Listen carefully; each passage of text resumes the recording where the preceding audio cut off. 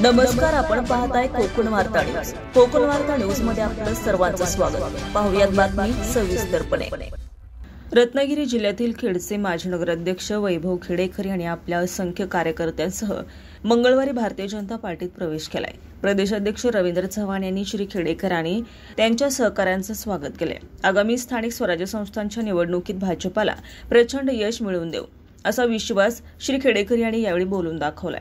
यावेळी रत्नागिरी जिल्ह्यातील राष्ट्रवादी काँग्रेससह अनेक पक्षांच्या कार्यकर्त्यांनी भारतीय जनता पार्टीत प्रवेश केला। प्रदेश सरचिटणीस आमदार विक्रांत पाटील, माजी आमदार विनय नातू, जिल्हाध्यक्ष सतीश मोरे, केदार साठे आदी यावेळी उपस्थित होते। यावेळी श्री चव्हाण म्हणाले की विकसित भारत आणि विकसित महाराष्ट्रासाठी समर्पित मोदी सरकार आणि महायुती सरकार जोमाने काम करते। दोन आश्वासक नेतृत्वावर विश्वास ठेवत सर्वसमावेशक विकासासाठी एक धडाडीचा कार्यकर्ता आणि मित्रत्व जपणारे वैभव खेडेकर यांचा भाजपा प्रवेश ही आनंदाची बाब आहे। त्यांच्या प्रवेशामुळे भाजपाला कोकणात बळ मिळणार असल्याचं देखील ते म्हणाले। पक्ष प्रवेशावेळी वैभव खेडेकर म्हणाले की पंतप्रधान नरेंद्र मोदी आणि मुख्यमंत्री देवेंद्र फडणवीस यांच्या कार्यशैलीवर विश्वास असल्याने परिसर विकासासाठी भाजपामध्ये प्रवेश करत आहे। भाजपा संघटना वाढीसाठी झोकून देऊन काम करेल।